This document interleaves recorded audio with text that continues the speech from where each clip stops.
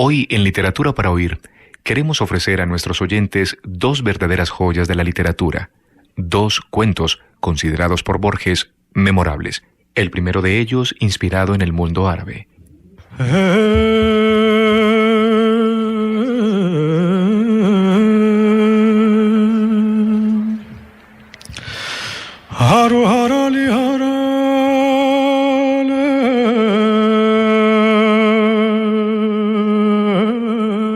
Historia de Abdullah, el mendigo ciego, perteneciente a las 1001 noches.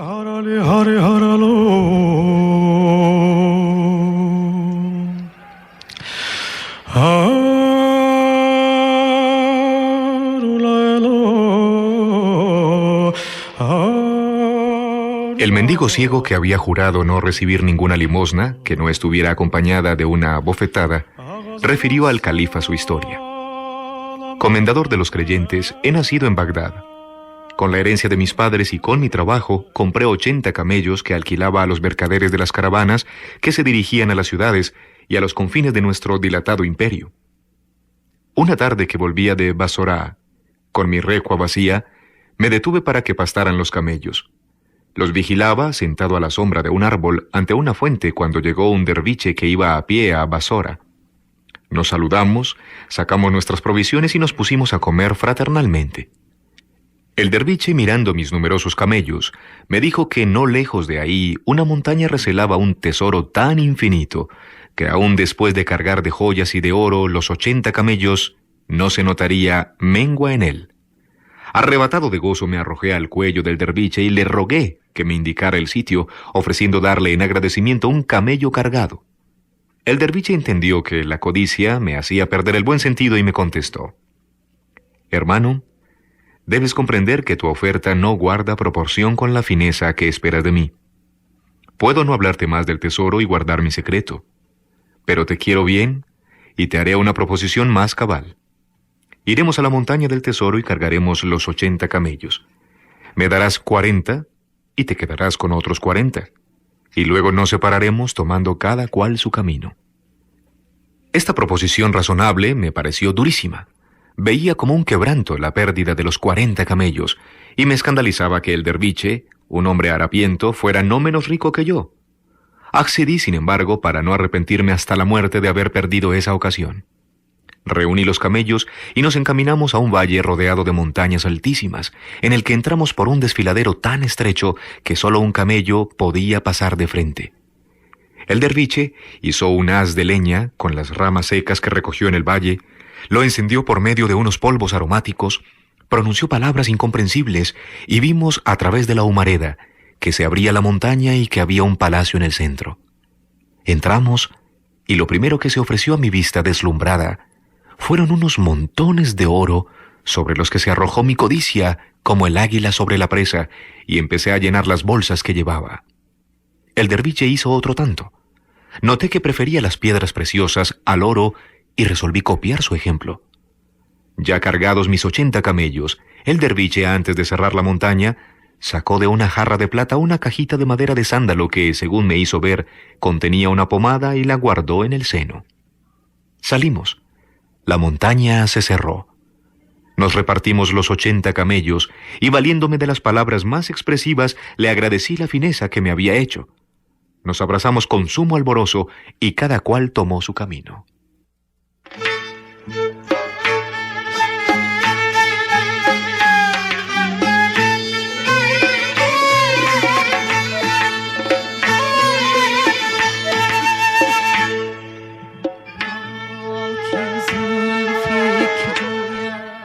No había dado 100 pasos cuando el numen de la codicia me acometió. Me arrepentí de haber cedido mis 40 camellos y su carga preciosa, y resolví quitárselos al derviche por buenas o por malas. El derviche no necesita esas riquezas, pensé. Conoce el lugar del tesoro. Además está hecho a la indigencia. Hice parar mis camellos y retrocedí corriendo y gritando para que se detuviera el derviche. Lo alcancé. «Hermano», le dije, «he reflexionado que eres un hombre acostumbrado a vivir pacíficamente, solo experto en la oración y en la devoción, y que no podrás nunca dirigir 40 camellos. Si quieres creerme, quédate solamente con 30. Aún así te verás en apuros para gobernarlos. Tienes razón, me respondió el derviche. No había pensado en ello. Escoge los 10 que más te acomoden. Llévatelos, y que Dios te guarde. Aparté 10 camellos que incorporé a los míos, pero la misma prontitud con que había cedido el derviche encendió mi codicia. Volví de nuevo atrás y le repetí el mismo razonamiento, encareciéndole la dificultad que tendría para gobernar los camellos, y me llevé otros 10.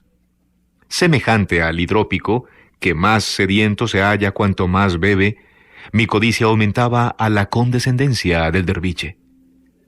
Logré a fuerza de besos y de bendiciones que me devolviera todos los camellos con su carga de oro y de pedrería.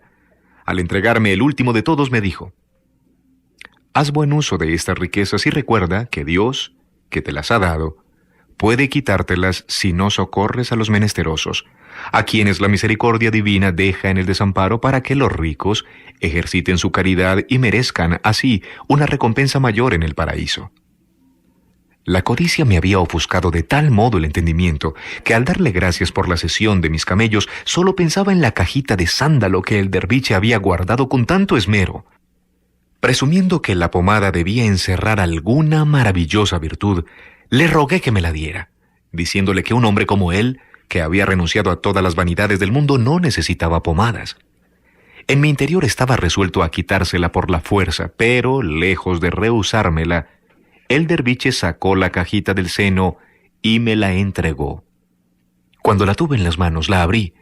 Mirando la pomada que contenía, le dije: puesto que tu bondad es tan grande, te ruego que me digas cuáles son las virtudes de esta pomada. Son prodigiosas, me contestó. Frotando con ella el ojo izquierdo y cerrando el derecho, se ven distintamente todos los tesoros ocultos en las entrañas de la tierra. Frotando el ojo derecho, se pierde la vista de los dos. Maravillado, le rogué que me frotase con la pomada el ojo izquierdo. El derviche accedió. Apenas me hubo frotado el ojo, aparecieron a mi vista tantos y tan diversos tesoros que volvió a encenderse mi codicia. No me cansaba de contemplar tan infinitas riquezas, pero como me era preciso tener cerrado y cubierto con la mano el ojo derecho, y esto me fatigaba, rogué al derviche que me frotase con la pomada el ojo derecho para ver más tesoros. Ya te dije, me contestó, que si aplicas la pomada al ojo derecho perderás la vista. Hermano, le repliqué, es imposible que esta pomada tenga 2 cualidades tan contrarias y 2 virtudes tan diversas. Largo rato porfiamos. Finalmente el derviche, tomando a Dios por testigo de que me decía la verdad, cedió a mis instancias. Yo cerré el ojo izquierdo, el derviche me frotó con la pomada el ojo derecho. Cuando los abrí, estaba ciego.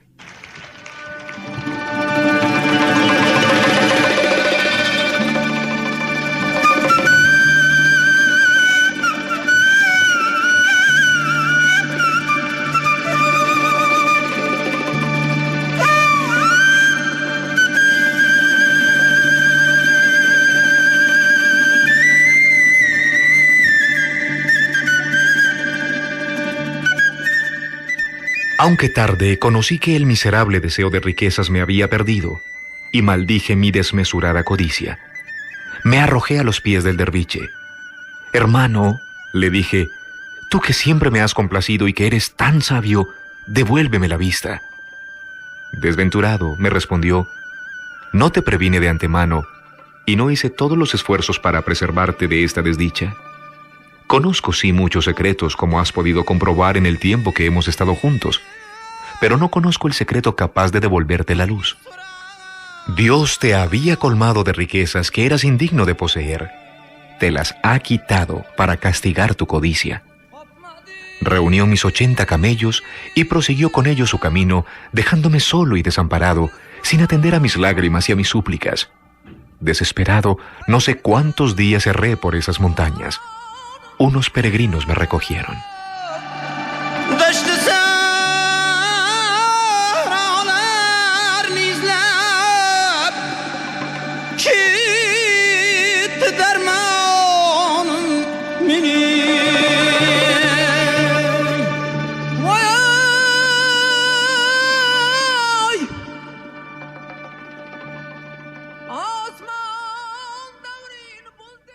Y del mundo árabe de las 1001 noches pasemos a la España antigua.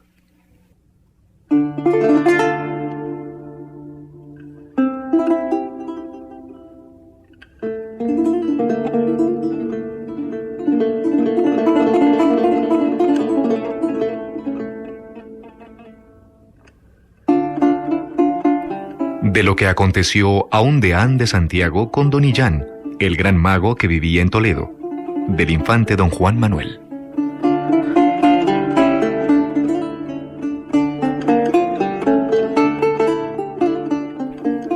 Otro día hablaba el conde Lucanor con Patronio, su consejero, y contábale algo que le había ocurrido de esta manera.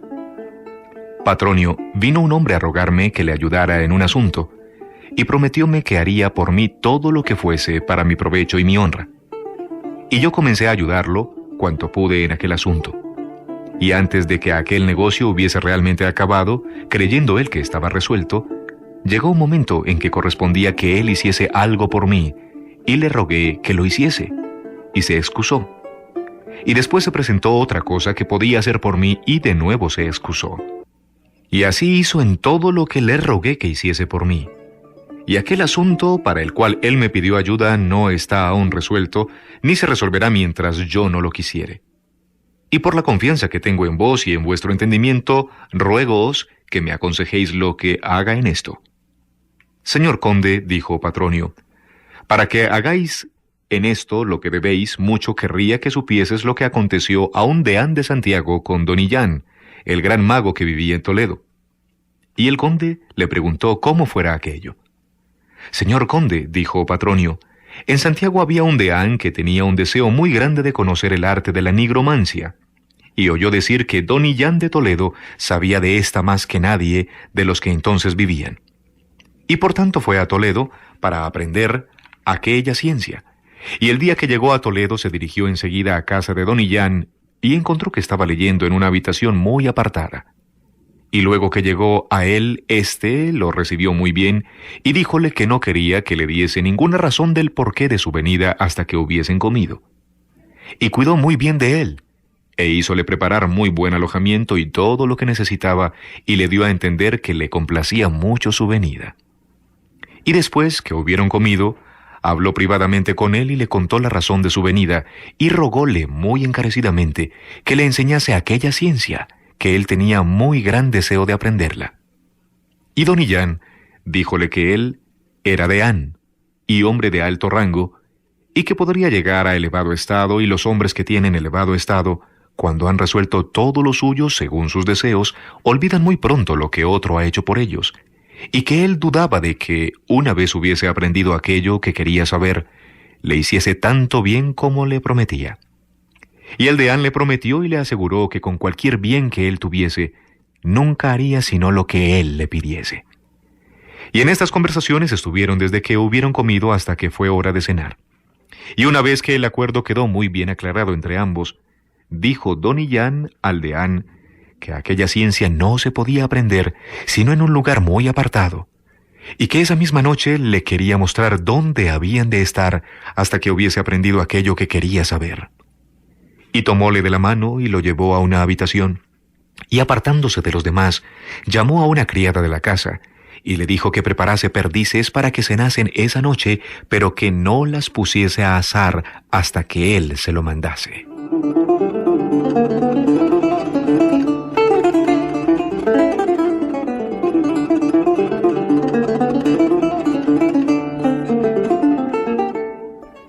Y cuando hubo dicho esto, llamó al deán.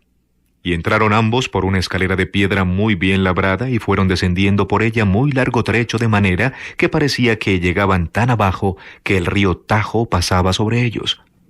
Y cuando llegaron al final de la escalera, hallaron un alojamiento muy bueno en una habitación muy bien presentada que allí había, donde estaban los libros en que había de estudiar.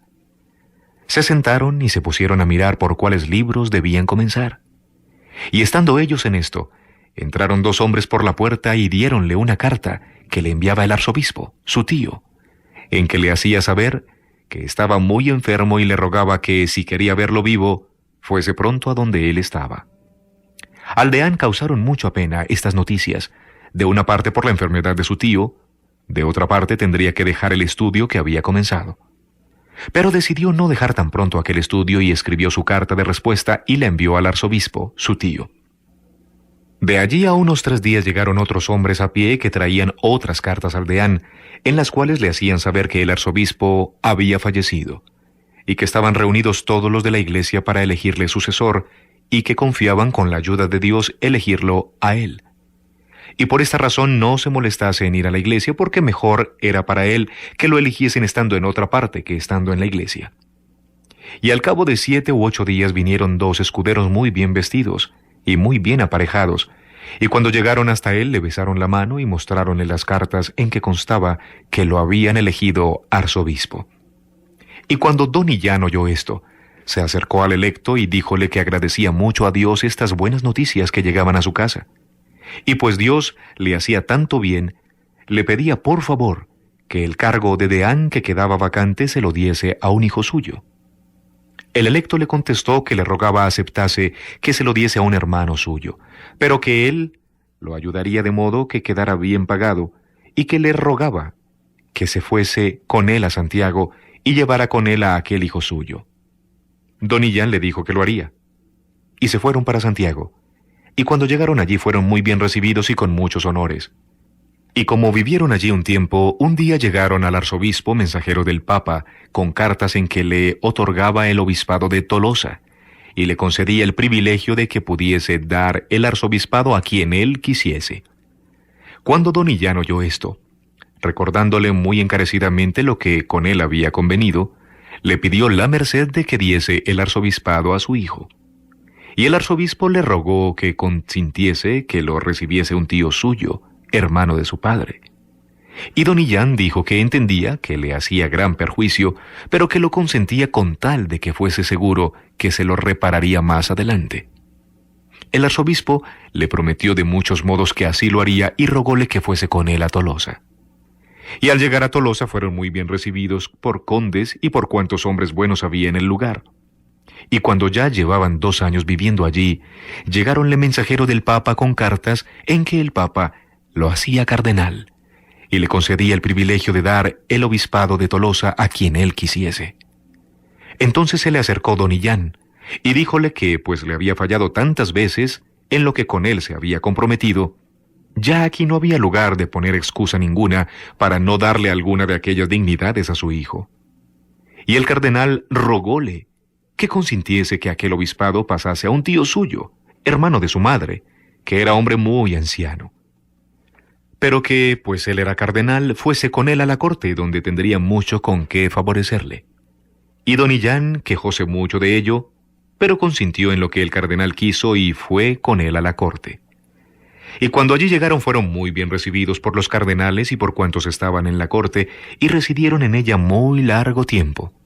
Y don Illán insistía cada día al cardenal que concediese algún cargo a su hijo, y aquél se excusaba. Y estando así en la corte, murió el Papa, y todos los cardenales eligieron a aquel cardenal como Papa. Entonces se dirigió a él don Illán, y díjole que ya no le podía dar más excusas, para no cumplir lo que le había prometido. Y el Papa le dijo que no le insistiese tanto, que siempre habría ocasión en que él pudiese razonablemente otorgarle un favor. Y don Illán se enojó entonces mucho, recordándole cuántas cosas le había prometido, y no le había cumplido ninguna, y diciéndole que eso lo había sospechado desde la primera vez que hablara con él. Y pues había llegado a aquel estado y no cumplía lo que le había prometido, ya no podía esperar de él bien alguno. Y de esta observación se quejó mucho el Papa, y comenzó a amenazarlo diciéndole que si seguía importunándolo, lo haría encarcelar, que era un hereje y brujo, y que bien sabía él que no tenía otro modo de ganarse la vida ni otro oficio en Toledo donde vivía, sino el arte de la nigromancia. Y cuando don Illán vio cuán mal le recompensaba el Papa todo lo que por él había hecho, despidióse de él y ni siquiera le quiso dar el Papa algo para que comiese en el camino. Entonces don Illán dijo al Papa que, pues no tenía otra cosa para comer, tendría que volver a las perdices que mandara asar aquella noche, y llamó a la mujer y díjole que asase las perdices.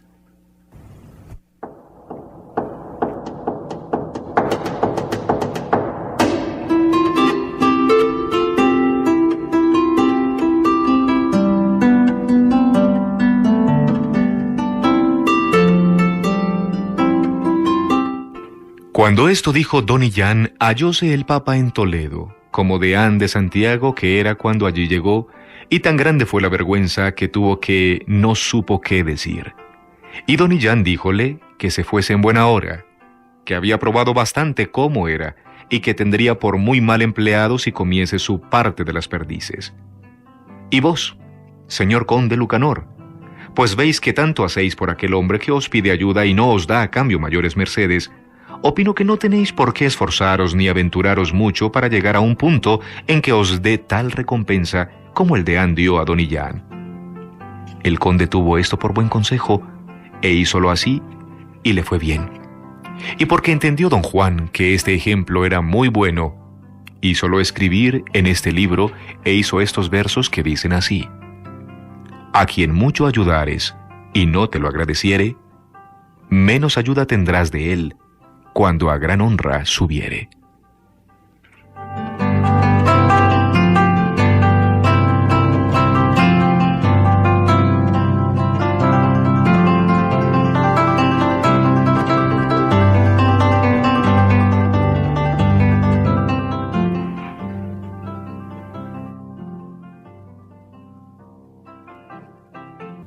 Hoy en Literatura para Oír escucharon Historia de Abdullah, el mendigo ciego de las 1001 noches, y de lo que aconteció a un deán de Santiago con don Illán, el gran mago que vivía en Toledo, del infante don Juan Manuel.